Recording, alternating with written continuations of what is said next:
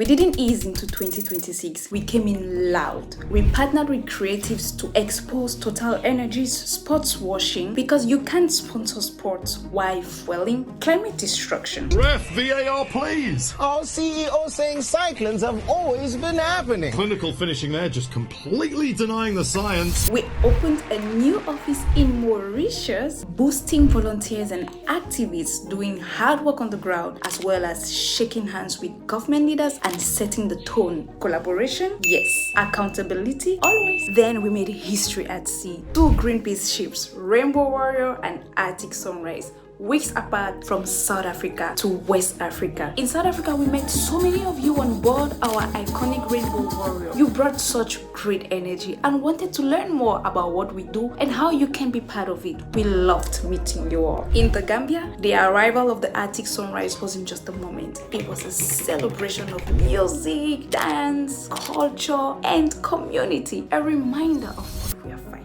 And in Gong, a historic court ruling returned a threatened public forest back to the people, proving that when we push back, unlawful destruction can be stopped. We celebrated International Day of Forest with powerful storytelling alongside poet Mandy Vundla, reminding us what's at stake and what we must protect. Not all natural disasters are natural.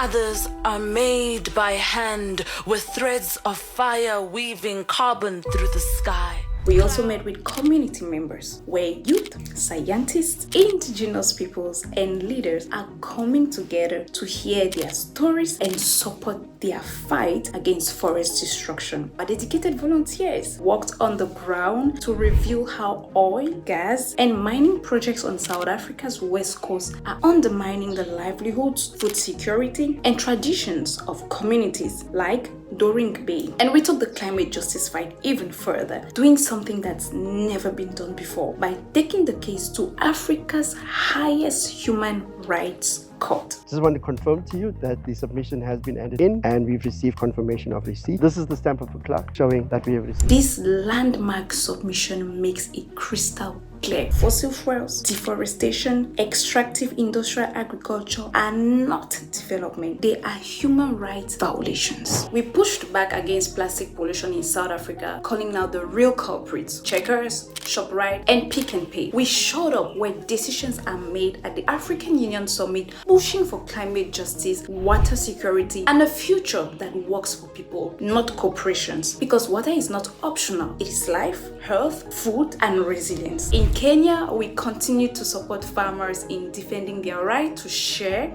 sell, and exchange seeds because no one should be criminalized for feeding their community. We stood for seed sovereignty, agroecology, and said it clearly: Africa will not be a dumping ground for banned pesticides in Europe. Forest stood strong too. Karura Forest was saved again because development should never mean destruction. Karura should never have had to be saved twice, and we will ensure that does not happen again. We expose Africa being used as a dumping ground for toxic e-waste, often disguised as donations or recycling, while waste pickers in Kenya and Ghana pay the price with their health, livelihoods, and future. We continue to support Senegal's women fish processors who feed the nation and sustain local economies, yet remain excluded from decisions shaping their future. On the second leg of our ship tour, sea-based training with Gambian fishing communities strengthens skills in tackling illegal fishing and managing resources, highlighting their commitment to protecting their waters and future. Through every moment, every win, every fight, one thing is clear: this movement is powered by people, and we are just getting started. Will you make a donation today to help us continue the important work we've still got to do in 2026?